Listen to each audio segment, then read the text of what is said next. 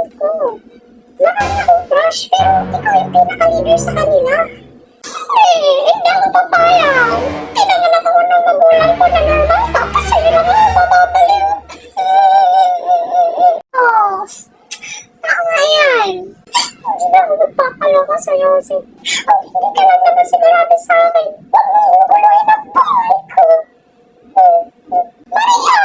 Sigurado ako sa'yo.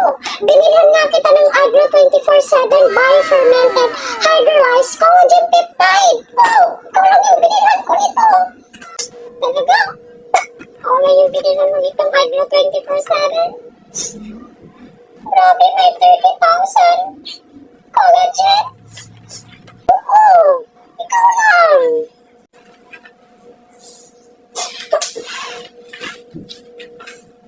Sinabi ko naman sa'yo na huwag mong pipigilan yung sarili mo, lalo na kung meron ka nang nararamdaman sa akin.